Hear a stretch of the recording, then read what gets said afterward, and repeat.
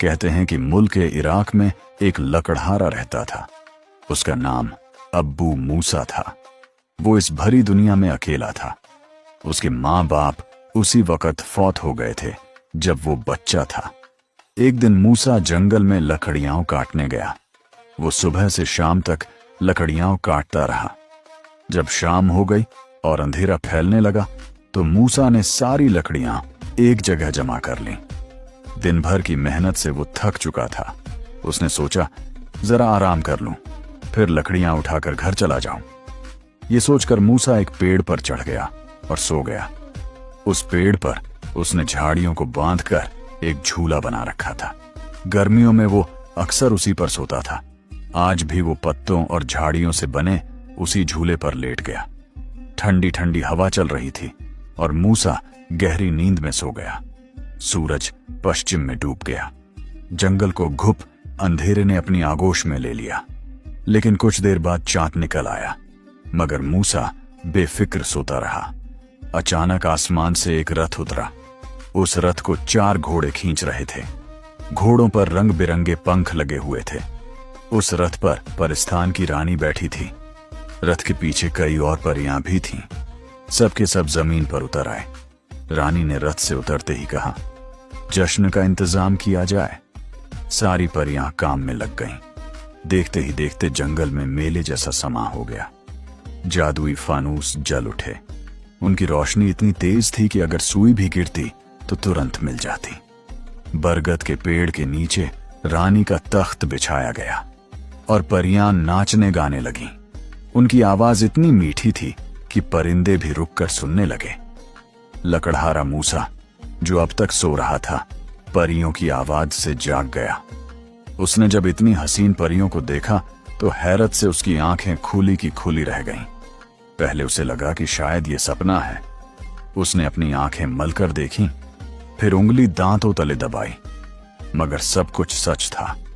मूसा सोचने लगा, ये परियां आखिर इस जंगल में कहां से आ गईं? उसका मन हुआ उनसे सवाल करे, लेकिन फिर याद आया कि सुना है अगर परियां हम इंसान को देख लें तो पकड़कर परिस्थान ले जाती हैं। इसलिए वो चुपचाप देखने लगा। आधी रात तक परियां नाचती गाती रहीं। फिर रानी उठी और दोनों हाथ उठाकर बोली, शहजादा नकुल को हमारे सामने लाया जाए और दस्तूर के मुताबिक 15 कोड़े लगाए जाएं। तुरंत परियां एक शहजादे को ले आईं। उसे एक पेड़ से बांध दिया। फिर एक परी ने कोड़ा उठाया और जोर से मारा। शहजादे की चीख निकल गई। हर कोड़े पर उसकी दर्दनाक चीख सुनाई देती थी।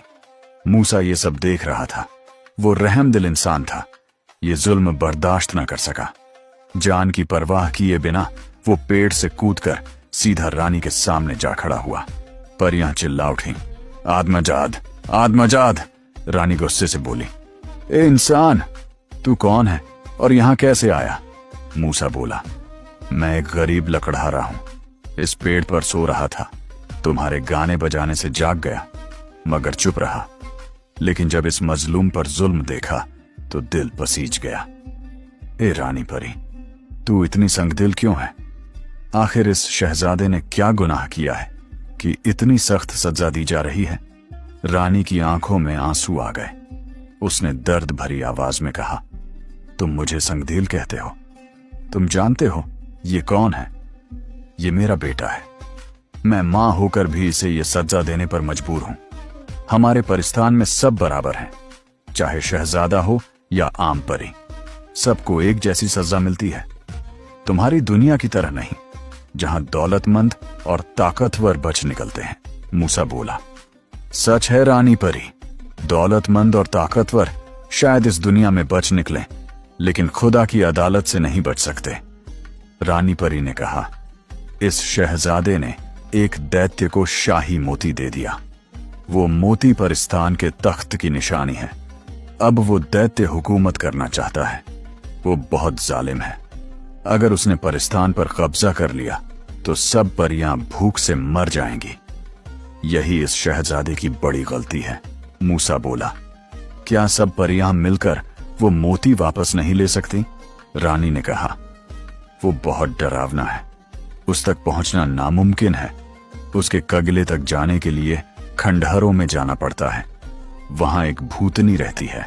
वो सवाल पूछती है, जवाब सही हुआ तो रास्ता देती है, वरना हड्डियां चबाकर खून पी जाती है। आज तक कोई कामयाब नहीं हुआ, मूसा बोला। हमारा धर्म कहता है मजलूम की मदद करो। मैं उस दैत्य से मोती लेने की कोशिश करूंगा। रानी हैरान होकर बोली, वो तुम्हें चुटकी में मसल देगा। मूसा बोला, जो खुदा को मंजूर होगा वही होगा। क्या तुम मुझे उस खंडहर तक पहुंचा सकती हो? रानी ने कहा, हां, मेरा रथ तुम्हें वहां ले जाएगा, मगर सोच लो, ये मौत के मुंह में छलांग लगाना है। मूसा बोला, जिंदगी और मौत खुदा के हाथ में है। फिर मूसा अपने गांव आया। उसने एक थैली में दही भरी, एक रस्सी और एक भोंपू लिया। ये सामान लेकर वो उड़ने वाले घोड़े पर सवार हुआ। 2 घंटे के सफर के बाद वो खंडहरों में उतरा। वहां भूतनी निकल आई। वो बोली, आजा इंसान, तेरा खून पी जाऊं। मूसा बोला, मैं तेरे सवाल का जवाब देने आया हूं। भूतनी ने मंजर दिखाया, खेत और बाढ़। फिर बाढ़ ने खेत को खा लिया। उसने पूछा, इसका मतलब बता। मूसा बोला, ये बदनीयत इंसान की मिसाल है जो अमानत में खयानत करता है। भूतनी चीखी, सही जवाब, अब बता क्या चाहता है। मूसा बोला, मुझे सब्ज दैत्य के कगले जाना है। भूतनी ने एक ढांचा पैदा किया और बोली, ये तुझे वहां ले जाएगा।